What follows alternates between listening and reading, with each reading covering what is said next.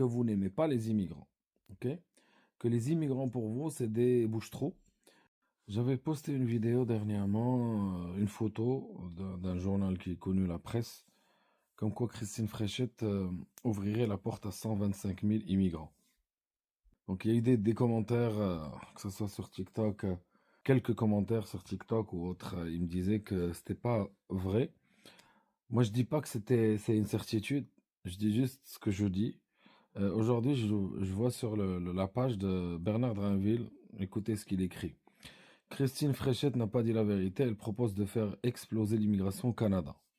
La semaine dernière, François Roberge m'a confirmé que la proposition en immigration offre un droit acquis à 18 000 personnes. J'ai donné ce chiffre aux membres avec transparence. J'ai demandé clairement à Christine Fréchette sa position. Au débat, elle a parlé de 45 000. On apprend aujourd'hui dans la presse que la réponse à ma question, ce n'était pas 45 000, mais bien 125 000 personnes. Et on sait très bien que la presse, c'est un grand journal. Ok?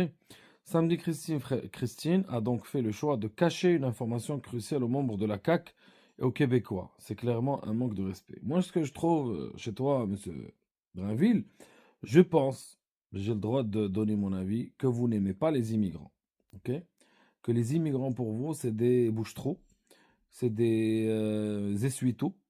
Vous allez les utiliser ou les user comme un papier hygiénique et après vous allez nous jeter. Donc, s'il vous plaît, arrêtez de parler de défendre les immigrants. On est là, on a un statut légal, on travaille, on paye nos impôts, et ça, on l'a dit et on l'a redit, c'est fatigant de le redire encore une fois.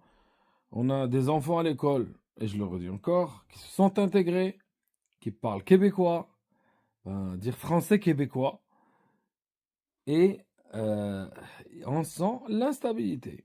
Et ça sent pas bon pour le moment. Et j'espère de tout mon cœur que Fréchette va l'emporter.